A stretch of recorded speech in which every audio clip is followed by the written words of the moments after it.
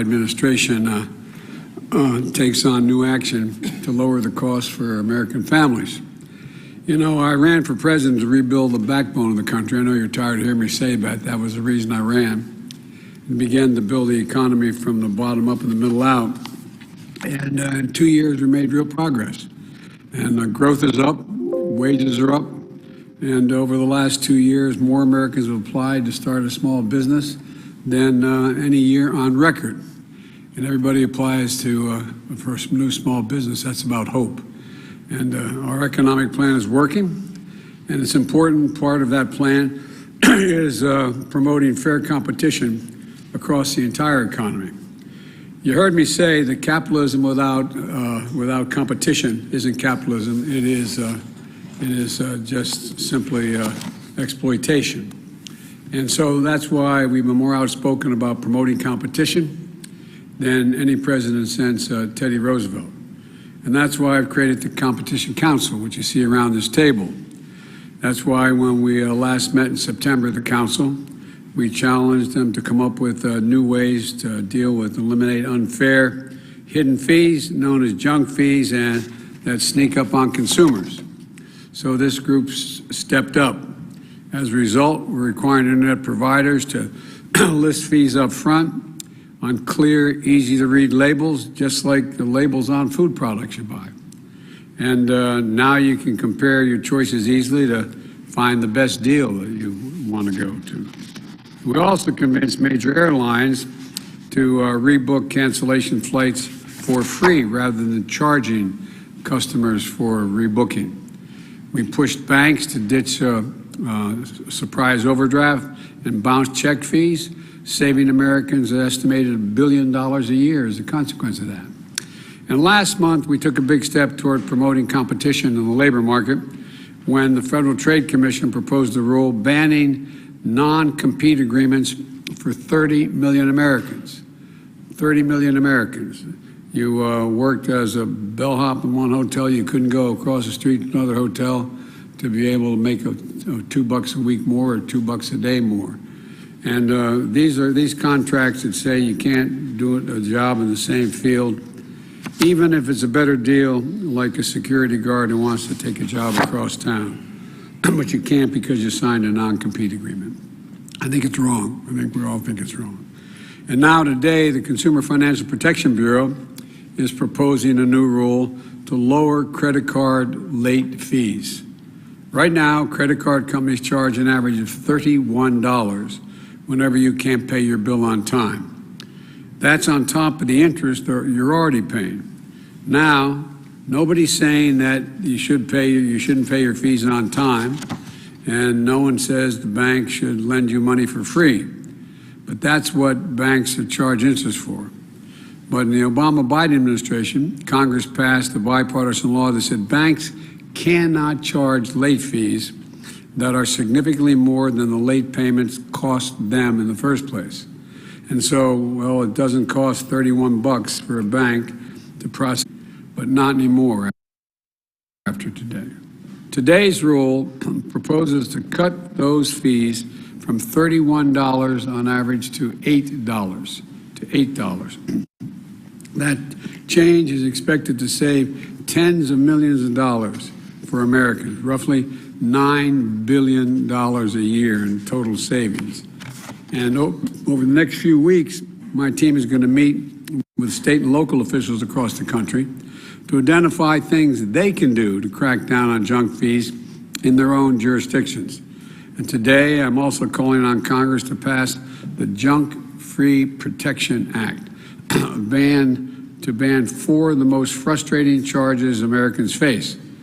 The first one of those is some airlines charge extra to pick your seat, including for parents who just want to sit next to their child on the plane. They charge extra. You don't know that going in, though, and it's wrong. Secondly, when you book a hotel, you should see the full cost right then and there instead of getting hit with what's called a resort fee, which can be over $50 a night and when you check out. And third, you should be able to switch your internet, cable, or cell phone plan without the $200 early termination penalty some of these companies charge. And fourth, you should lower the huge service fees that companies like Ticketmaster slap onto tickets for concerts or sporting events that can easily add hundreds of bucks to a family's night out. Congress should pass the Junk-Free Protection Act so we can crack down on these fees and give hardworking Americans just a little bit more breathing room. Look, the bottom line is this. These unfair fees add up. It's a basic question of fairness. And with the help of the folks in this room, we're going to keep building an economy that's fair, an economy that's competitive, and an economy that works for everyone. Now, I'm going to turn this over to Director Chopra, and you fire away. The floor is yours. Well, thank you, Mr. President. You know, back in the day when credit cards just started get going, if you were late on your payment, you just got a tiny late fee, a little bit of a nudge to remind you. But you know, today, $30 million in penalties are charged on Americans every day. That's $12 billion a year.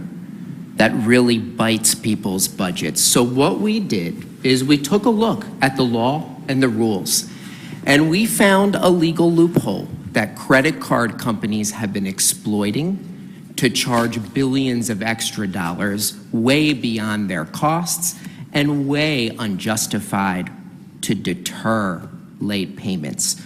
And think about it right now. People are seeing their bills from holiday travel, from Christmas gifts. They want to be able to pay it back. But we see across the economy businesses building a model on these junk fees. So we have launched the process to cut those fees down from $12 billion, and we project, as the President mentioned, will save people $9 billion a year. That's just one fee. And look, we want credit card companies and families to work together, and they already face consequences when they're late. They get an avalanche of interest when they are late, and interest rates now are hitting 20% for the average card. And what I think we also see is companies using inflation as an excuse to raise fees even more, and that is wrong.